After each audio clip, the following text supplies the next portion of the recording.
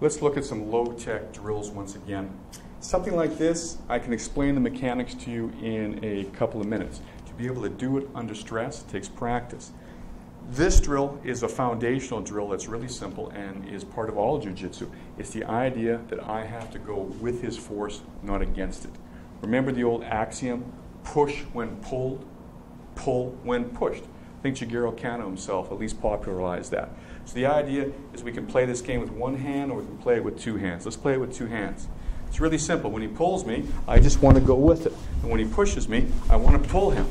It's simple, but I have to do it instantaneously and not think about it. That's the hard part, to have it ingrained into you. When he pulls on me, there's always going to be a natural reflex to pull back. At first, he can feel that, can't you? So for now, when he does it, I want to move with him as smoothly as possible. Your partner will be able to feel that. So at first, you're going to have a long hesitation where you pull and resist. He begins to pull me, he's going to go like this, and then your memory's going to click and you're going to go, okay. He's going to be able to feel that. When he pushes me, it's the same thing. For a moment, I'm going to push back. It's during those moments in a real confrontation that you're going to get hit or you're going to get thrown. So all we do is just a few minutes every day, play this game. He pulls me, I try to relax and go with it. Pushes me, I bring him with me. Then I do the same to him, to the point where my natural reaction, no matter where he grabs me on my shoulder, he starts pulling me, I go with it. I try not to freeze, flex, and pull away, because at that moment, that's when the punch or the attack is coming. That's the entire founding principle of jiu-jitsu, contained in a real simple drill. Here's another low-tech drill that you can do with minimum effort and minimum equipment that's going to really help you get the best out of these techniques. We talked about how important it is to be able, number one, to keep your balance in a standing situation, and with this technique in particular, to make sure you stay offline and don't let somebody push you in a straight line. That can be really dangerous. So the drill is real simple. We make a game out of it. One guy's the pusher, one guy's the defender. We draw a line on the ground. Get out some tape, whatever, do it outside. Just know that you have a goal that you must not let your partner push you past. As you get better, that line gets closer and closer to you. At first, give yourself lots of room.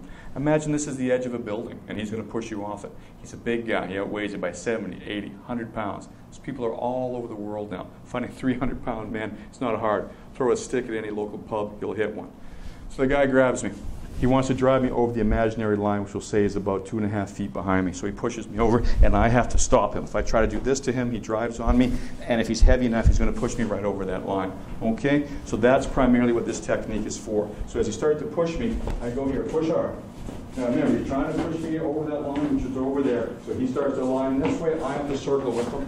And all it does is a game of trying to push you. Now, as you get better, he can start jerking and shaking you, but that's a different line of force. We have to start changing techniques. If he does that, maybe I'll put my head under and escape. But the first thing that you have to be able to do to make this approach work is to stop somebody from driving you in a straight line. When I have somebody roughly my own size, it looks pretty easy. Go out there and get somebody like I did to design this who outweighs you by over 100 pounds. Still works, but it's work.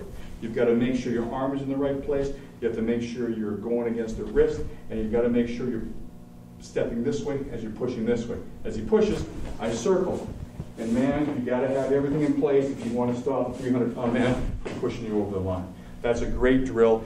And it gives you more of a self-defense type training to get you in the mindset than just doing sport rolling all the time where you're fighting against each other in a competitive style. This way we're thinking more attacker-defender mindset, which is important to realistic self-defense training.